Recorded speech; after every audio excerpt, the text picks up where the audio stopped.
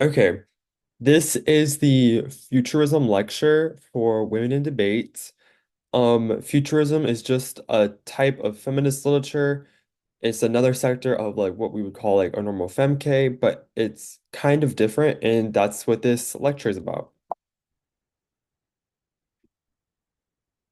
Who am I? I'm Emilio. I've done policy debate in LD for 4 years. I've only run Chicana apps for the past 2 years, and I'm the only one on both circuits who is continuing to run some sort of futurist K.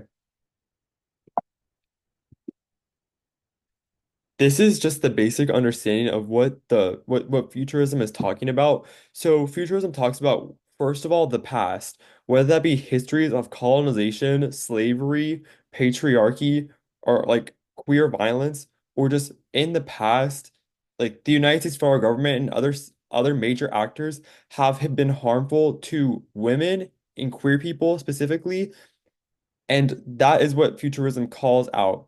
It says that the past has constructed the present, and the present is like either patriarchal, anti-queer, and racist, and we need to rewrite that.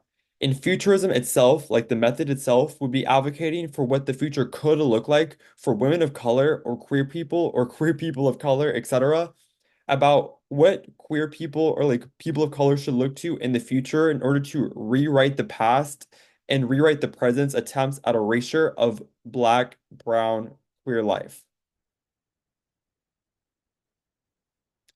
There's a lots of different types of futurism under the sector of like futurity literature. There's Afrofuturism, Chicanafuturism, Indigenous futurism, queer futurism, and reproductive futurism isn't like one of the literature bases we read like as an affirmative, but it does need to be talked about. And I'll get to them more at the end, but there's also a mass amount of literature that surrounds like different types of Asian identities and futurism. I think my policy partner was looking into cutting a Chinese futurism off for us coming up soon or coming up for herself when I graduate. But yeah, I'm sure there's literature base out there for every different type of identity that you can think of. How to argue a futurism affirmative. There's a few different ways in which you can argue a futurist affirmative. The first is a more performance way. Performance affirmatives use things like poetry, music, or sound or spoken word in order to get arguments across. A futurist affirmative would read either one, a story about like the future, whether that be things like I've seen people talk about like what the future looks like via robots, poetry about like aliens, etc., or like technological advancements that benefit people of color, etc. It's all about reading stuff that talks about keeping people of color in the future through our words and through our rhetoric. It also looks like this also could take the form of playing music. I know Janelle Monáe is a popular singer that people have used for Afrofuturism because like her songs talk about like futurity and also like what the futures could look like for Black women that includes Black women inside of futures, etc. A more soft left policy approach is what I go for when I run Chicanafuturism. Basically, a policy approach would say that the topic prescribed is inherently a good thing for X group that you're talking about because it allows them, like, because passing a plan would allow you to rewrite the harms of the past. Where this gets kind of tricky and gets kind of extra topical is where I advocate for not fiating a plan, but rather we include a plan text and we say that rhetoric is key to keeping brown women in academic spaces because we are sort of imagining what potential policy approaches could look like to include brown women in discussions of policy. You can, there's different ways to run sort of a policy affirmative. You can actually fiat a plan and still be like included in futurity politics, etc. But I say I take a different approach, like an extra topical approach that's more sort of storytelling oriented and like talk specifically about rhetoric and how rhetoric is key to actualizing material change for brown women. And we would say that a mixture of both of them, you could include things like poetry while also reading a plan text, or including things like music while also reading a plan text, etc. You don't have to fee out the plan text for it actually to be a futurist affirmative. Futurism is all about allowing you to tell the story how you want to. And the argument is that you should allow whoever is running the futurist affirmative to do whatever they want to because the future, because settler society has already erased X group from the future. So you should allow whatever group you're advocating for to include themselves in visions of the future no matter what or how they want to. What arguments should I expect if I'm running a futurist affirmative? First of all, is T framework. It's the most basic form of response. It could come in the form of T framework or extra T. You could go for a disadd to T or a we meet on the counter interpretation. It depends on what strat your affirmative is going for. Me personally, since I read more of a policy-oriented approach to futurism, I go for a policing dissent to topicality while also going for a we meet and a counter interpretation.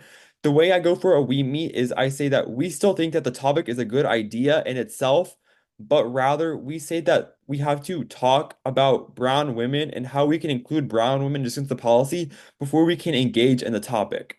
So technically, we still think the topic is a good idea. So in a world topic disads and topic counterplans could still link to disprove the affirmative, but in reality, they usually don't. The counterinterpretation looks like you saying that you need to talk about X group or X thing before you can engage in policies. So my Chicana Futures affirmative talks about like the historical harms that brown women have faced in intellectual property, whether that be like the stealing of our ancestors' bones to recreate DNA sequences by like researchers, etc. Basically, it starts off in three parts. The first part is talking about how brown women's bones have historically been stolen for research purposes. And also, without talking about the harms brown women face in debate, it leads to things like spirit murder. Spirit murder is both a physical and a psychological response that brown women and people of color have to things like racism and academic spaces, and makes us feel like we don't belong in those spaces and pushes brown women out of education. We say that things like policing and telling brown women how to argue is what creates these things like spirit murder itself. That's part one. Part two would be specifically talking about like the plan text, etc. Like we endorse we endorse X through a Chicana Futures visions of the future. So we think the topic is a good idea to help protect brown women, but we have to talk about how to protect brown women before we can engage in the topic, if that makes sense. And then the third part is just a framework. It's just a framework argument. But the counterinterpretation that I go for specifically talks about spirit murder and how we have to prioritize brown women spirit murder before we can engage in the topic. Because if brown women are continuously spirit murdered over and over again and they leave academic spaces like debate, then conversations over keeping brown women in debate don't matter insofar as there's no brown women in this space to talk about to begin with. Next up would be the pest K, or any sort of pessimist critique, whether that be Afro-pessimism, disability pessimism, queer pessimism, etc. You need to win that futurism is a good idea for activism. If you lose that futurism is good, then it's basically game over. The pest K is a direct impact turn to any sort of futurity politics argument because you are making the argument that reform can be possible or reform can be good, but these pessimistic critiques say that there is no such thing as reform in their world. I simply fight back against pessimistic critiques by talking about one, um, how progress is possible, and you should list material examples of how progress is possible for X group. Just if you are it's like similar to if you were running a policy affirmative, you want to say that progress could be possible in your world, and that your theorizations of the future can actually help people materially. And then the second biggest argument I go for is that like for in my case, brown women want to live. We want to see a future where we can be included in visions of the future. So, like a pessimistic vision of the future would not make sense because brown women have said that we want to be able to survive that future. There's other different forms to respond to the pest K, or pessimist critiques, but I can get to more on that in a second. And like after that, at the end. The next basic response is the cap K.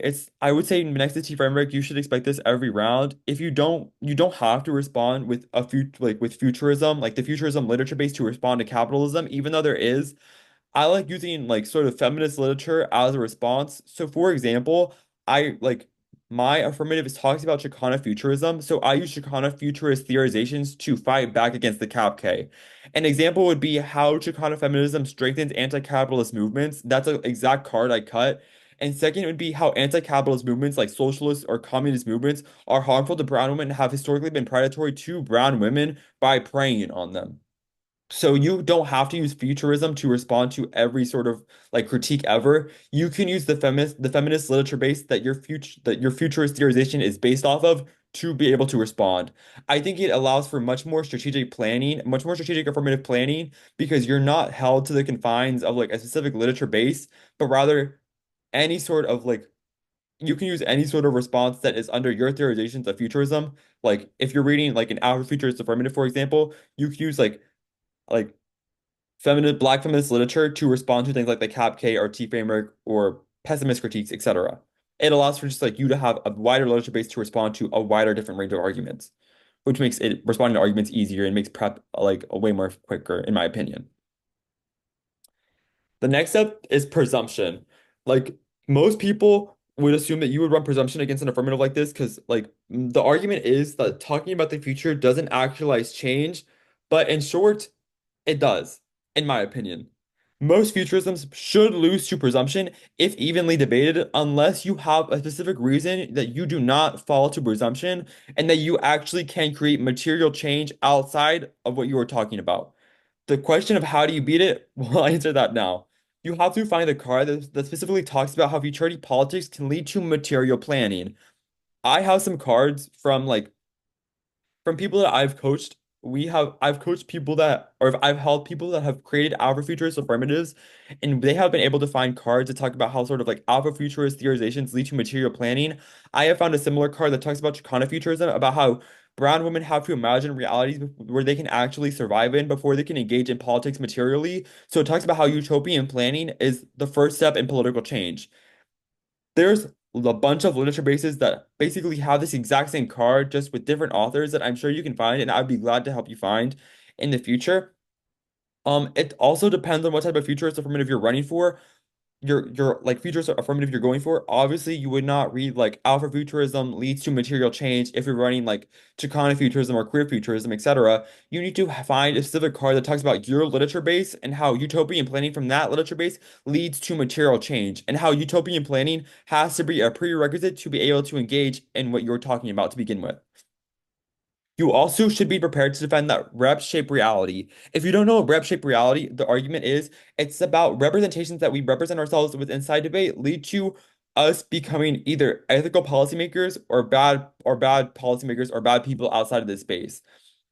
The argument is that by talking about brown women in educational spaces, for me personally, talking about brown women in educational spaces leads to people wanting to include brown women in more discussions of policy in more academic spaces because they see that as a good idea.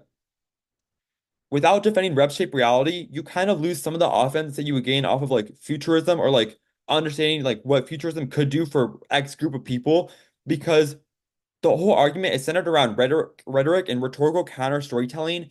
If you lose that rhetorical counter storytelling does not shape reality or does not lead to utopian planning, then you kind of lose the presumption debate. The ways in which you fight back at this is once again with that card that you are going to cut that talks about how your specific type of futurism leads to material planning. That is the best way to fight back at it. Once you find a card that says that, trust me, your losses to presumptions will either maximize to zero or will be a lot harder to fight against since most people's prep files for presumption rely on the affirmative actually doing nothing. But if you have a card that talks about you can do something in the future, you just have to imagine what the future looks like beforehand. It is a massive takedown to any sort of presumption push that either the 1 in C or the 2 in R could go for. Is the future white and straight? Well, yes, but no. This is the slide that simply talks about reproductive futurism. Reproductive futurism says the future is only given to quote unquote reproducers, locking out queer people and people who have historically been sterilized, like Black women and Native women and Chicano women, for example. Futurism is all about ensuring that the past gets rewritten to include people of color, queer people, etc.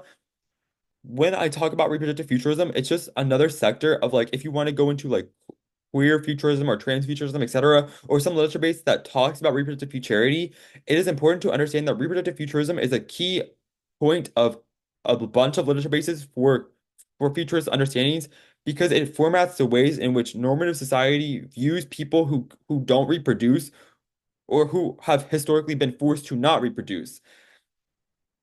This makes sense more. I can dive deep in this more if any of you are thinking about writing sort of like a queer futurity argument because it allows you to dive into more queer literature bases that talks about things like reproductive futurism is like bad and it gives you more arguments for like extinction arguments bad, etc. But I can get more into this in the next slide if you guys have no more if you guys have questions. Okay, now does anyone have any questions? You can just like freely speak.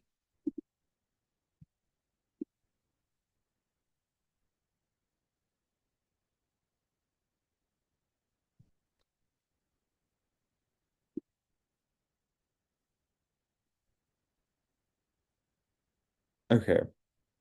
Um Well, I know this was like a shorter lecture that you may have seen. Oh wait. Yeah, no worries, no worries.